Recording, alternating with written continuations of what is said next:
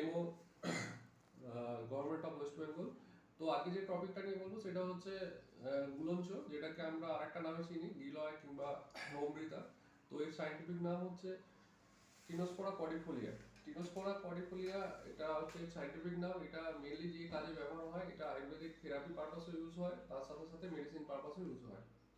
এর যে ইউজগুলো মেনলি এখানে আলোচনা করা হবে সেগুলো হচ্ছে, এক হচ্ছে জয়েন্ট পেইন, যে জায়গায় ব্যথা যন্ত্রণা আছে পেশেন্টের, যেমন অস্টিওআর্থারাইটিস কিংবা রিউমাটয়েড আর্থারাইটিস কিংবা যে কোনো আদার্স স্পন্ডালাইটিসের ক্ষেত্রে এটা আমরা ব্যবহার করতে পারি। নেক্সট হচ্ছে ভালো কাজ হয় সুগারের ক্ষেত্রেও কিন্তু এটা খুব ভালো কাজ হয়। এটাকে আমরা যদি রস করে খাই কিংবা এটাকে ফুটিয়ে কাপ বানিয়ে খাই সেক্ষেত্রেও ভালো। নেক্সট হচ্ছে গাউট বা আমরা বাতরক্ত যেটাকে বলি, তো সেই ক্ষেত্রেও কিন্তু এটা খুব ভালো কাজ হয়। স্কিনের প্রবলেমের ক্ষেত্রে ভালো কাজ হয়, যাদের ইমিউনিটি খুব লো তাদের ক্ষেত্রে ইমিউনো মডুলেটর হিসেবে কাজ হয়। ডিটক্স, তার সাথে লিভার ফাংশনকে আরো ভালো রাখে। আমাদের বডি যেসব অটোইমিউন ডিজিজ যেগুলো সাধারণত খুব কষ্টসাধ্য, তার মধ্যে যেমন রিউমাটয়েড আর্থারাইটিস যেগুলো বলছিলাম, অ্যাঙ্গালোজিং কিংবা সোরিয়াটিক আর্থারাইটিস কিংবা সোরিয়াসিস, স্কিন ডিজিজের ক্ষেত্রেও এটা খুব ভালো কাজ দেয়। তাছাড়া আমাদের বডি ইমিউনিটিটাকে বাড়িয়ে আমাদের বডির সিস্টেম মেকানিজমটাকে অনেক বেটার রাখে।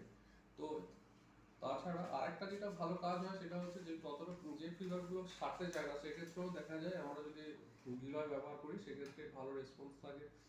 তো সুতরাং আমাদের গিলয়ের এত ব্যবহার, তো সেই এত ব্যবহারটাকে দেখেই আমরা এটাকে অমৃতর সাথে তুলনা করি, এবং এটার আরেকটা ভালো নাম হচ্ছে অমৃতা, এবং এইটা থেকেই অমৃত ওয়ার্ডটা এসছে। সুতরাং তো গিলয় আমরা প্রত্যেকেই ইউজ করতে পারি, এবং সেটা সুস্থ মানুষও ইউজ করতে পারে এবং অসুস্থ মানুষও ইউজ করতে পারে। এটা বেস্ট হচ্ছে সমন ঔষধি অ্যাকর্ডিং টু আয়ুর্বেদা। তো সুস্থ থাকার জন্য আমরা গিলয় রেগুলার নিতে পারি, এবং যাদের ক্ষেত্রে এই ডিজিজগুলো আছে যেমন জয়েন্টের ব্যথা, সুগারের প্রবলেম কিংবা স্কিনের সমস্যা কিংবা লিভারের প্রবলেম, কিংবা যাদের ইমিউনিটি খুব কম তাদের ক্ষেত্রে, কিংবা বারবার সে বিভিন্ন রকম ইনফেকশনে ভুক্তভোগী, সেক্ষেত্রেও কিন্তু এটা আমরা ব্যবহার করতে পারি। নমস্কার, আজ এই পর্যন্ত।